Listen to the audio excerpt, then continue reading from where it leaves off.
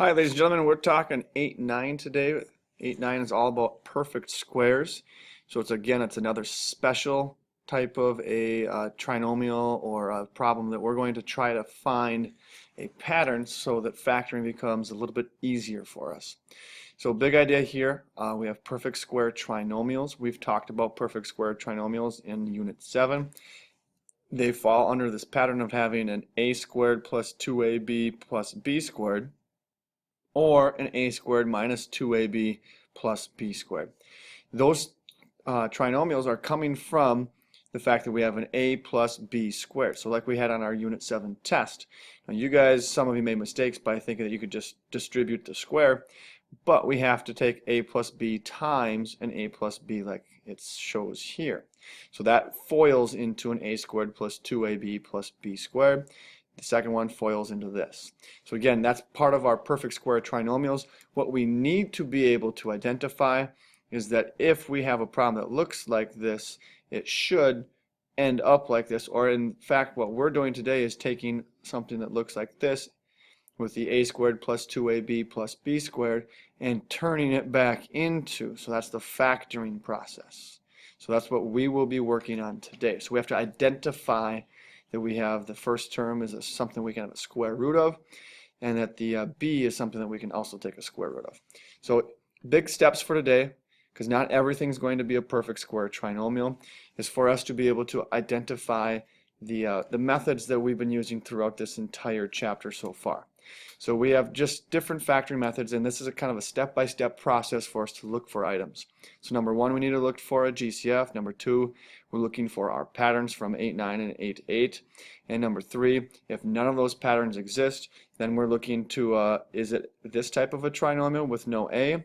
Is there an a? Or are there four terms that we need to factor by grouping? So again, these are the processes that we should be probably very familiar with by now, and this is the step-by-step checking. If I have a GCF, I take it out. Now I'm checking for these things, and if none of those things exist, now we're checking for these patterns and moving forward from there. So we use that step-by-step process in our examples coming up here. So first things first, we have to decide, is 25x to the second minus a 30x plus 9, is it a perfect square trinomial? And the easiest way to check this is to take our a and take the square root of it. So a is equal to a 5x. That's the square root of a 25x to the second. We're also going to take our b, and we're going to take the square root of that, which is just a 3. Now because this was negative, we know it has to be a negative 3. Okay? Now our next step, because we have a squared plus 2ab plus b squared, we've found out what a is, we found out what b is, we know that we can square them and they turn into our trinomial, but we don't know this middle part. So we're going to check, does a times b times 2 equal our middle term? So a times b times 2, 5x times a negative 3 is a negative 15, times 2 makes a negative 30. So because it falls into this pattern, we have a yes, this is a perfect square trinomial. So that's what we're checking for. Okay, let's do the same thing on example number 2. So 49y to the second plus a 42y, whoopsies, let's go 42y instead of writing down a y twice, plus a 36. So again, we're looking to square root our a and our c here, I guess our b, and we're going to see if are these things actually falling into our category of a perfect square trinomial. So this becomes a 7y, this one back here becomes a 6. So a equals 7y, b equals a 6. Does 2ab equal a 42y? That's our question. So 7y times 6, that's 8 times b is a 42y, but we need 2 of them. So 2 of them would be 84y. So because this number is not correct, this is a no. It should be 84 if we wanted it to be in a perfect square trinomial. But it's not, so this one does not fall into that category, therefore we cannot apply any of those patterns. Alright, let's keep moving forward. All right, so it says factor if possible. So our first step was to look for, is there a GCF? So the answer to this question, yeah, there's a GCF. There's a GCF because both of these numbers can be divided by 6. I take my trusty calculator and I divide both numbers by 6. So I take out the GCF. I'm left with an x squared minus 96. 16 would be a 16. Step 2, I'm looking for our patterns. Now this is not a trinomial, so it can't be a perfect square trinomial. But it is a difference of squares, because this is a perfect square and this is a perfect square. So that pattern, these two things break down. This is like lesson 8-8. So the 6 comes down, but we're going to break this into two binomials. The square root of the first one is an x, so our x's are in the front. And then the square root of a 16 is a 4. Now the pattern was that if it's a difference of squares that we have 1 plus and 1 minus. Now there's nothing else here that's a pattern that we can follow, so we leave our answer the way we have it now. Now the same exact process will take place for you on your Google form question number 1. Use those patterns to help you solve this. Example number 5. We have a 4x squared plus 36x. Now our first step, folks, because it says an equal sign here, so that's something that we have to identify, is we want it to be equal to 0. So to make things equal to 0, we have to add 81 to both sides. So when we do that, plus 81, now we are having our problem. So this is equal to 0. That's what we wanted to have happen. Now step number 1, is there a GCF? No, because this 4 doesn't play nice with the 81.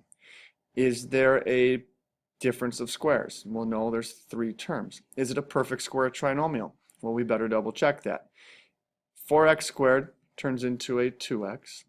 81 turns into a 9. 2x times 9 makes an 18x times 2. Oopsies, I forgot to write down that x. Times 2 makes a 36x. So this does fall into a perfect square trinomial, which means I'm going to have a 2x plus 9 squared. Now 2x plus 9 squared is going to be equal to 0. So again, this is our pattern. We looked at this, we found out that that's what A was, that's what B was. Now we have to solve this. When we solve this, they're the exact same thing. So just one of them we can set to 0 because they're both going to be the exact same answer. So we have to solve that specific equation. Minus 9, 2x is equal to a negative 9, divide by 2, and then x is equal to a negative 9 over 2. So that is our specific answer when we were expected to solve this problem.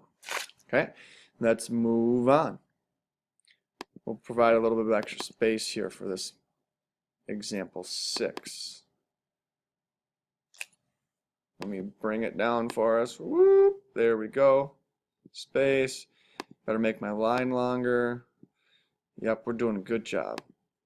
Make my line longer yet. All right, so we're good to go. Now, solving when we have problems that have a quantity to a second power. What we're going to be able to do to make this work out for us very nicely is we're going to get rid of this squared by using square roots. So if I square root both sides, I'm going to be left with a b minus 7 is equal to 6. A positive or a negative 6. Now since b minus 7 squared, a square root takes away the exponent, or the power of 2. So now we're going to solve both those situations where it's a b minus 7 is equal to 6 and a b minus 7 is equal to a negative 6 because we had a plus or a minus, because a negative 6 times a negative 6 also makes a positive 36. So that's why we have that plus or minus when we square root. So a b plus 7, add 7 to both sides on both equations. B is then equal to a 1 and b is then equal to a 13. So those are our two answers for solving this equation. Again, we're getting rid of the squared by doing a square root property. All right. You have one example left on your own, exactly the same as what we just got done doing. And folks, I wish you the best of luck. This is Berm Nation signing off.